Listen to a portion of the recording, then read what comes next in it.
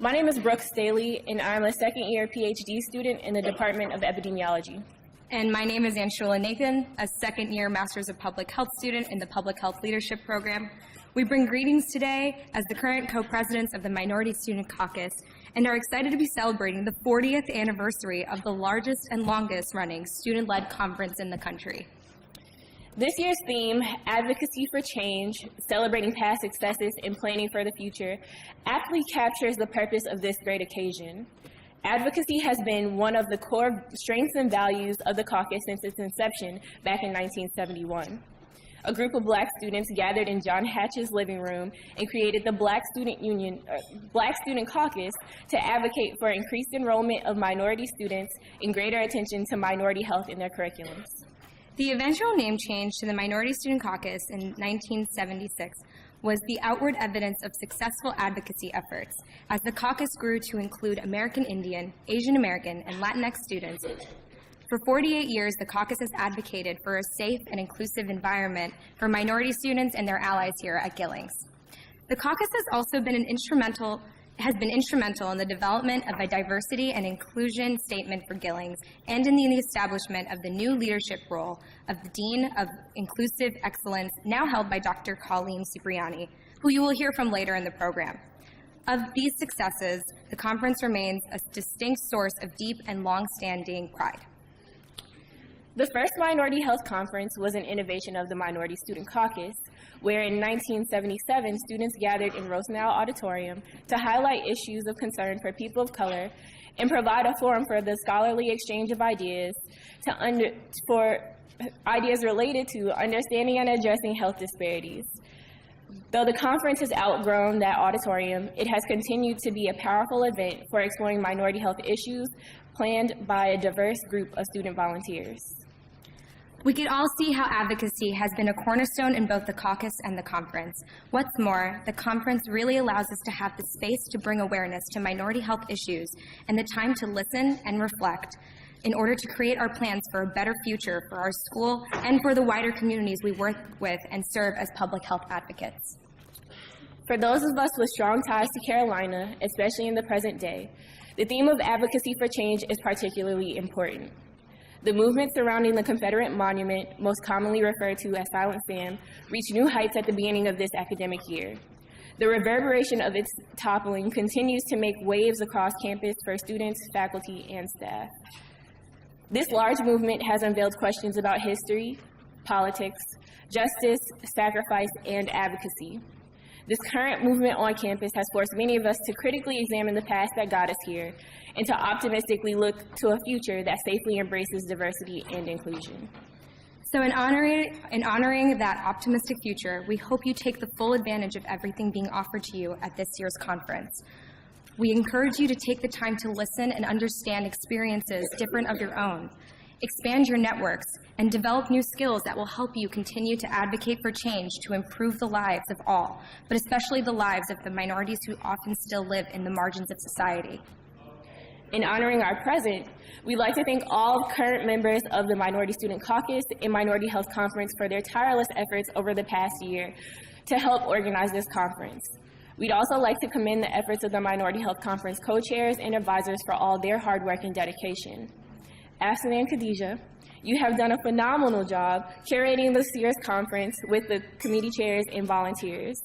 And 40 years would not have been possible without the consistent support provided by the Minority Health Conference advisors.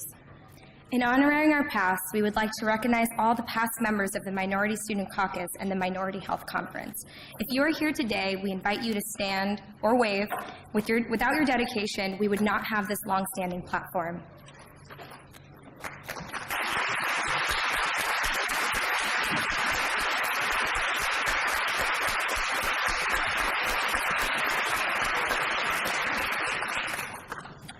Now, at this time, we would also like to honor one of our esteemed Minority Student Caucus alumni and mentors and founding member of the Minority Health Conference, Dr. William Bill C. Jenkins. Before our formal tribute, I'd like to share a few words. I was a second-year Master of Public Health student at Morehouse School of Medicine in Atlanta, Georgia, when I first met Dr. Jenkins at the American Public Health Association Conference. It was such an honor to meet him then because he was instrumental in establishing that MPH program back in 1995, which became the first accredited MPH program at a historically Black college or university. I also knew him to be one of the founders of Project Emotep, a program that introduced many of my colleagues, classmates, and many other minority students from across the nation to the field of public health. As you may note by now, and we'll hear more about shortly, Dr. Jenkins was a dynamic leader responsible for the education and mentorship of hundreds of minority students in public health. But these things are not the most notable of my first meeting with Dr. Jenkins. My fondest memory of that first meeting at this large professional conference was that he had on a Morehouse College tracksuit. In the following years, when our paths would cross at APHA, I would see him proudly and comfortably wearing his Morehouse College paraphernalia. Upon my graduation from Morehouse School of Medicine, I was awarded the Dr. Bill Jenkins Award for Excellence in Leadership, Service, and Scholarship, and have since matriculated into the epidemiology program from which Dr. Jenkins received his doctoral degree and later served as a faculty member. While I did not know him well personally, Dr. Jenkins had a profound impact on my life. He was the epitome of leadership and a great model for us all seeking to use our academic prowess to be champions for social justice and health equity. Beyond his professional accomplishments, Dr. Jenkins was a model of humility and excellence. So today, I wear my Morehouse College and Morehouse School of Medicine garb in his distinct honor. At this time, we would like to introduce Drs. Stephanie Baker, Bahby Banks, Kristin Black, and Vic Schoenbach, who will pay tribute to Dr. Bill Jenkins.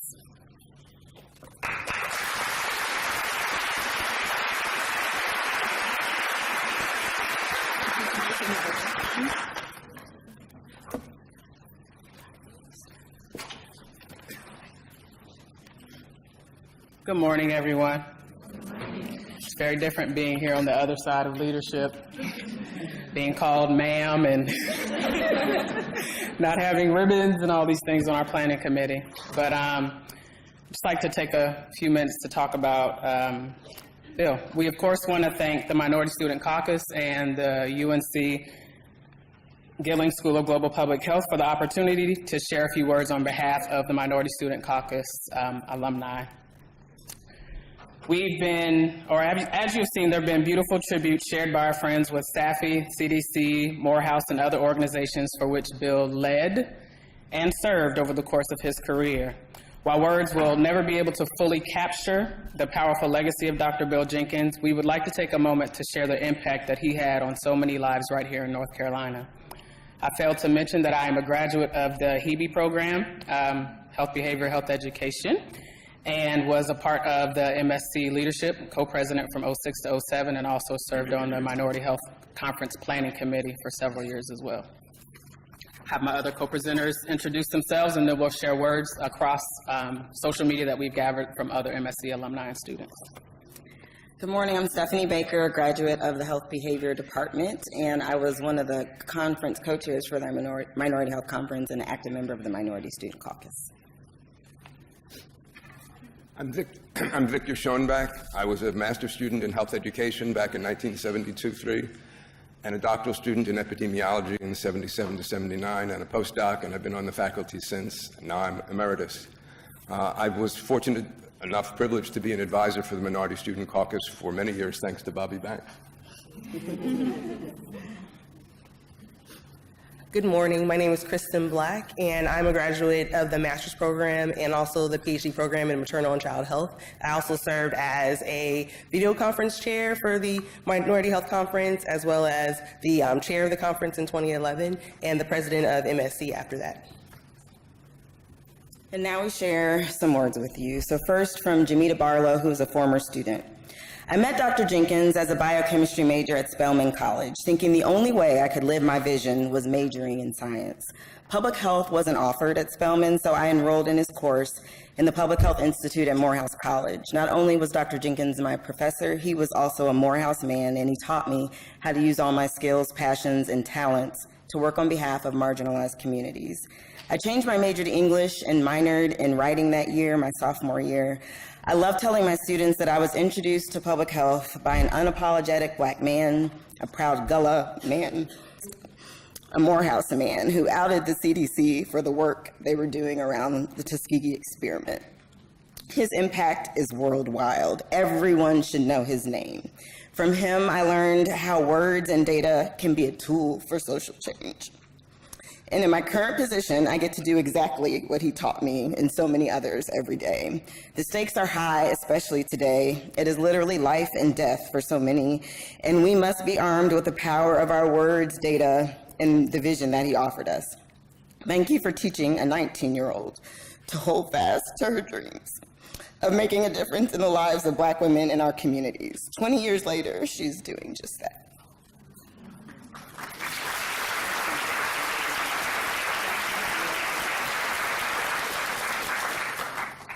And this tribute is from Dara Mendes, a graduate of the Maternal and Child Health Department who had leadership roles in the Minority Student Caucus and the Minority Health Conference. About 20 years ago, as a late teen at Spelman College, I had the privilege of meeting Dr. Bill Jenkins and Dr. Diane Rowley. My introduction to public health and epidemiology, but more importantly, health equity, was while sitting in the classroom and walking the halls of the Public Health Sciences Institute. He constantly reminded us of the great women and pioneers doing work on racism in pregnancy, including his wife, Diane, and the challenges we faced as scholars of color disrupting systems. As I moved on to grad school at UNC, I learned even more of his legacy as a fellow UNC alum, member of the Minority Student Caucus and Minority Health Conference, and of course his national work. Recently, he traveled to Pittsburgh to discuss his important work during the Public Health Service experiments on men in Tuskegee, and Thomas Parran, who was Surgeon General during the Tuskegee study, whose name was eventually removed from the Pitt Public Health Building. Bill was a pioneer, brilliant man, teacher, mentor, and colleague. No social media post could adequately explain what he meant to me, my colleagues, and the world.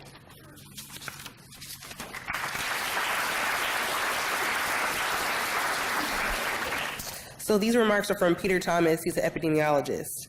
And he says, there were so many different overlapping and intersecting public health spheres in which Bill operated, and an incredible number of activities, groups, programs, policies, and actions that he orchestrated, established, or guided. Some of his influences were apparent, but many were behind the scenes and not publicized. Just within the CDC and HHS, he waged many battles and forged for many actions that most will never know. Across the many dimensions of public health, Bill touched so very many people, especially those of color, in ways that most will never know and are too numerous to attempt to recount in this media. In a very simple manner of speaking, Bill was the Master Yoda for so many public health Jedi warriors, and the Force is definitely with us all.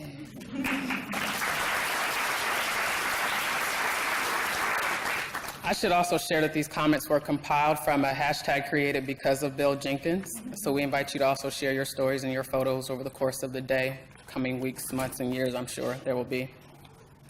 The next quote comes from Teresa Magruder, who's a graduate of the Maternal and Child Health Department. There will be many public health stories about Bill. Mine are personal. Because of Bill, I got married on a Gullah island off the coast of Georgia. I had never heard of Gullah people, but he told me about his culture and I fell in love with the people.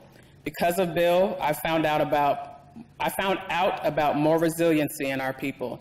And she went on to share a conversation that she had with her husband. She said, "Andre, did I ever tell you that Bill was the first person to introduce me to fried turkey?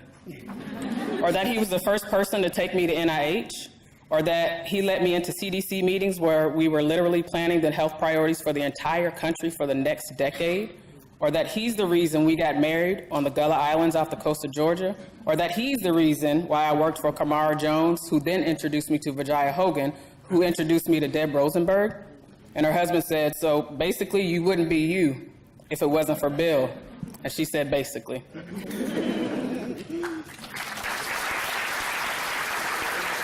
India Ornelas, a graduate of the Health Behavior Department. Bill Jenkins was my boss's boss when I worked at CDC in 1999. Not only was my boss Black, but my boss's boss was Black, and that was a big deal back in the day. They sent me out to the new Tuskegee Center for Bioethics at Tuskegee University on assignment. It was such a humbling experience learning more about the legacy of the study, the community, and what it meant to be an anti-racist public health practitioner. He showed me the power that brown people can have when they are in positions of leadership. I'm holding tight to these lessons right now.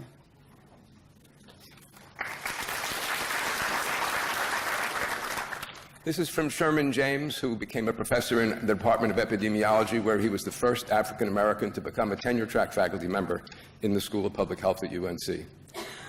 Bill Jenkins, through his quiet intelligence and soft-spoken leadership, vision and courage, made enormous contributions to the science and practice of public health.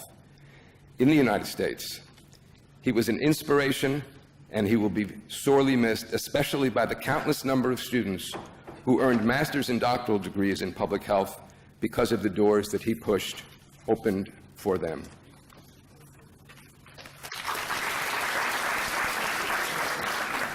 So this is from Shay Lena Smith. She's a graduate of the Biostats department.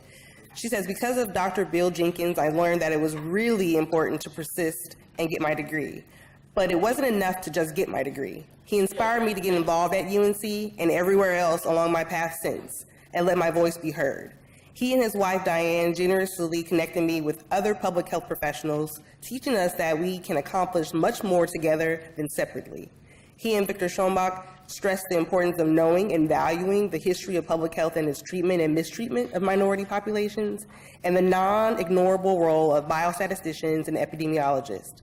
His infectious laugh, wit, sense of humor, and eloquence reflected a long career in life of excellence and fiercely fighting for what's right. Thank you for leading by example. Rest peacefully, Bill.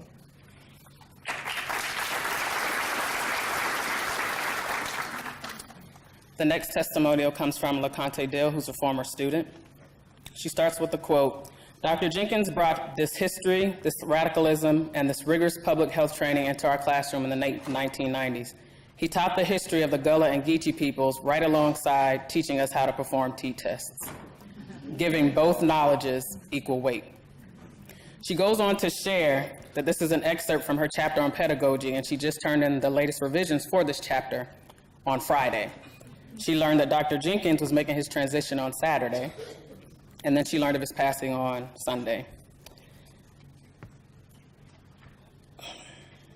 She goes on to say that Dr. Jenkins was a scholar activist, a mentor to many, and an institution builder. He showed up for so many of us whenever and however he needed him to, in classrooms, on panels, on stages, on conference calls, in emails, and letters of recommendations, on grant applications, at mixers, and in selfies. And she said, our field of public health is forever changed for the better because of his light and his influence, and we are forever grateful. I'm going to share a quick story that kind of reflects what you've been learning. When Dr. Jenkins and Dr. Rowley, Diane, decided they were going to be moving to South Carolina, I asked him if he needed any help. And he said that, yes, he was going to donate all these books and office supplies, and if I could come over and help him, that I would actually get some of the books. I could take some of his books from his library. And they had the best library, so I thought, this is going to be fantastic. So I get to his house, and he's sitting in a chair. I'm on the floor. We're going through these books, and I'm creating a stack for myself. And so as he notices the stack of books, he says, oh, pass me one of those over there. So I pass him the book, and he opens it up, and in classic Bill Jenkins slow method mode, he was flipping the pages, and he starts telling stories. And once he ends the story, he says, you can't have this book, Stephanie. And I laughed, and I said, okay, Dr. Jenkins. And we kept going through that process, and after 3 or 4 book rejections, I realized that I didn't know what I was going to be taking with me that day. But what I did take with me were valuable stories. He told stories as he looked through each book, stories about his life growing up in South Carolina, stories about being a rabble-rouser on the campus of Morehouse, stories about speaking up to leadership at CDC. And those are the things that I will take with me. I did get a few books, and so I'm so grateful that they're going to be a part of his legacy.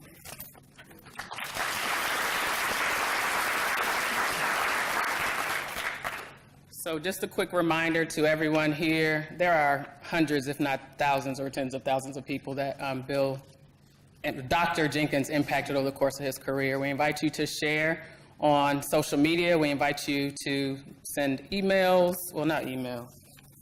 Don't send emails. But we were able to capture these beautiful stories because people shared them on social media. My personal memory of Dr. Jenkins is just the human connection, and I always say this to people, nothing will ever replace the power of human connection. If you have an opportunity before you lay your head down on your pillow tonight, please take a look at his keynote speech from 2010 at APHA. And he talks about so many things, but what resonated with me as a budding researcher trying to navigate a publish or perish environment was him prioritizing people. And he made it very clear that people are more important than papers. He said a lot of other things during that talk, but what I gleaned from that is that at the end of the day, we are all servants. We are servant leaders. And to remember that as we carry out our daily work. Stephanie's going to give final comments. And then